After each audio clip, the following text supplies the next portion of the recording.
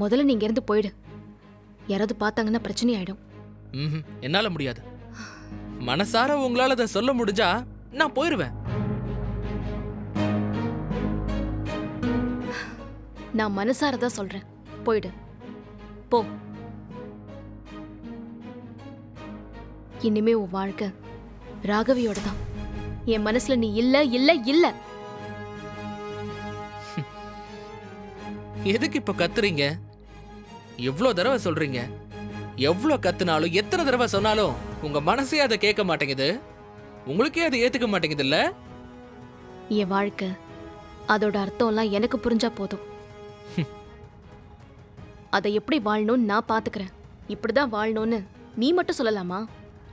அதை நான் தாங்க சொல்லணும். ஏன்னா உங்க வாழ்க்கையோட என் வாழ்க்கையும் சேர்ந்திருக்கு.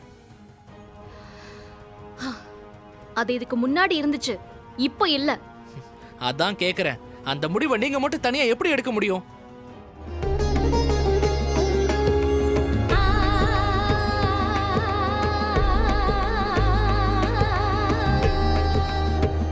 பொண்ணு மாப்பிளைக்கு புடவை வேஷ்டி கொடுத்துடலாமா? எல்லாரும் இருக்கீங்க இல்லையா? யாராவது வரணும்னா சொல்லுங்க. எங்க சைடுல எல்லாரும் இருக்காங்க. பொண்ணு வீட்டு பக்கத்துல ராகவி அத்தை வரணும். ஏற்கனவே அவங்க இல்லாம நிறைய சடங்கு சம்பிரதாயம் எல்லாம் செஞ்சாச்சு. இப்போ அவங்க வந்துட்டு தான் இருக்காங்க, வந்துருவாங்க. இன்னும் எவ்வளவு நேரம் ஆகும்? இதோ 10 நிமிஷத்துல வந்துருவாங்க. 10 நிமிஷத்துல வந்துருவாங்கன்னா சரிங்க. அம்மா, ரஜினி அக்கா எவ்வளோ நல்லவங்களா இருக்காங்க. எல்லாரும் நல்லா இருக்கணும்னு நினைக்கிறாங்க. அவங்களுக்கு மட்டும் ஏமா எல்லாமே கஷ்டமா வந்துகிட்டே இருக்கு? அப்பா அம்மா செய்யற பாவம் பிள்ளைங்களை சேரும்னு சொல்லுவாங்க. நான் செஞ்ச பாவம், உங்க அப்பா செஞ்ச பாவத்தை பூரா ரஜினி தான் தாங்குறா. பெரியம்மா ஏமா ரஜினி அக்கா கூட எப்பவும் சண்டை போட்டுக்கிட்டே இருக்காங்க? அவங்க தானே ரஜினி அக்காவை பார்த்துக்கணும். அவங்களுக்கு நியாயம் இருக்கு. வாழ்க்கையை பத்தி பயம். யாரையும் குறை சொல்லக்கூடாது மீனா. பேசாம இரு. சரி.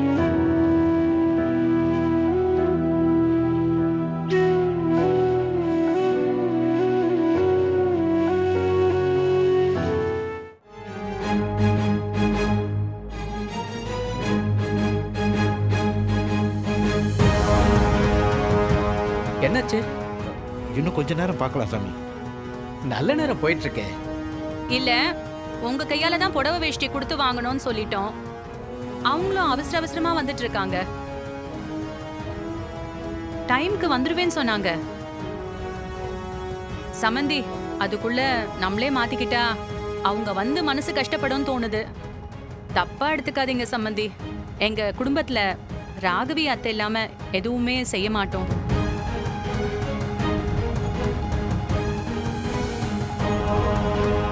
புரியுது, ஆனா போன் பண்ணியும் எடுக்கலையே. நான் சொல்றேன், தப்பா எடுத்துக்காதீங்க. நீங்க பேசுறதுல இருந்தே அவங்க உங்க குடும்பத்துக்கு எவ்வளவு முக்கியமானவங்கன்னு தெரியுது.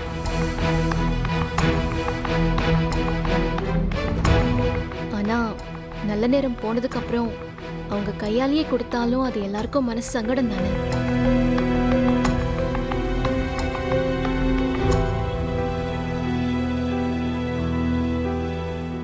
அவங்க வந்து வருத்தப்பட்டாங்கன்னா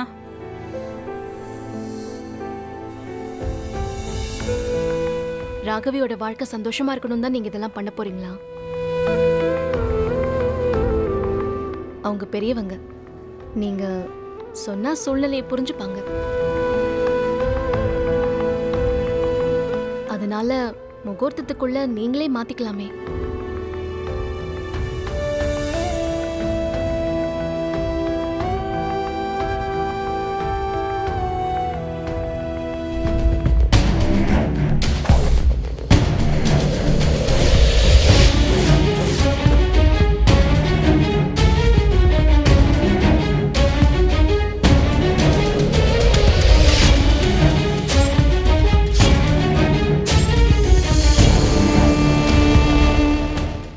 மேடம், ஒரு நிமிஷம். சந்தன குங்குமம் எடுத்துக்கோங்க. அங்க எனக்காக எல்லாரும் வெயிட் பண்ணிட்டு இருப்பாங்க. Anyway thank you very much. ஓ, நீங்க தான் கல்யாண பொண்ணோட அத்தையா? உனக்கு எப்படி தெரியும்? ஆ, பொண்ணோட அத்தை வந்து தான் பொண்ணு மாப்பிள்ளைக்கு புடவை வேஷ்டி கொடுக்கணும்னு பேசிட்டு இருந்தாங்க. ஆமாமா, லேட் ஆயிடுச்சுல, காத்துக்கிட்டு இருப்பாங்க. இல்லையே.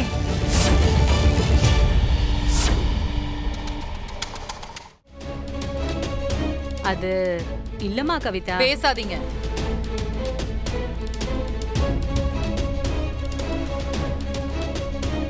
உன் கையால தான் புடவை வேஷ்டி கொடுத்து வாங்கணும்னு என்கிட்ட அப்படி பேசுனீங்க. அதுக்காக தானே நான் அவசர அவசரமா வந்தேன். நல்ல மரியாதை கொடுத்துட்டீங்க. ஐயோ,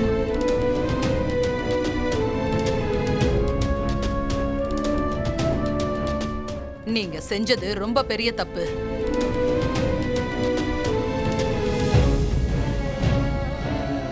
நான் கிளம்புறேன். ஐயோ, இந்த கல்யாணத்துக்கு என் சார்புல என்ன வரணுமோ அது கரெக்டா வரும். ஐயோ கவிதா, ஒரு கவிதா, நான் நிமிஷம். சொல்றத கேளு.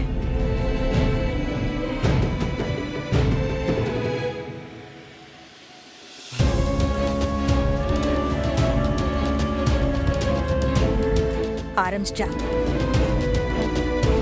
இவளுக்கு என்ன ஆத்திரம்? பேசாம இருக்க வேண்டியதானே? என்ன எதுக்கு நிக்க சொல்ற? யார் நீ? இவ என்னோட ஃப்ரெண்டு. நான் பார்த்திபனோட அக்கா.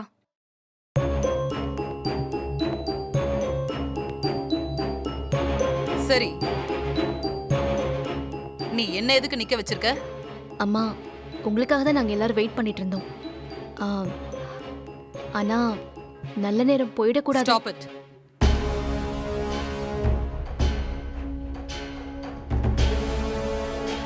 நல்ல மனுஷங்க நல்ல மனசோட நமக்காக நல்ல விஷயங்கள் செய்யறதை விட உங்களுக்கு நல்ல நேரம் தான் முக்கியம். ம்? ஆ, இல்லம்மா, வாழ்நாள் முழுக்க உங்க மனசு கஷ்டப்படக்கூடாதுங்கிறதுக்காக தான் நாங்க இதை செஞ்சோம். இப்ப நீங்க கோவத்துல பேசுறீங்க.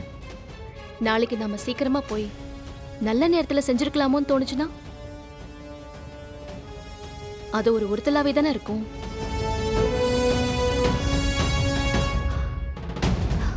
சடங்கு சம்பிரதாயங்கிறதே அந்த நேரத்துல செஞ்சு முடிக்கிறதானம்மா.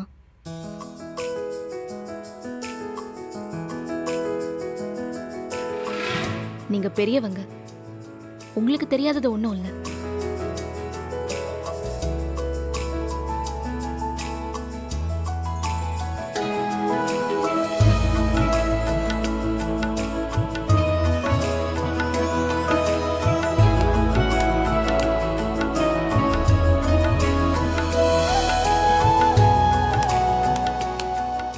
ஆசம்.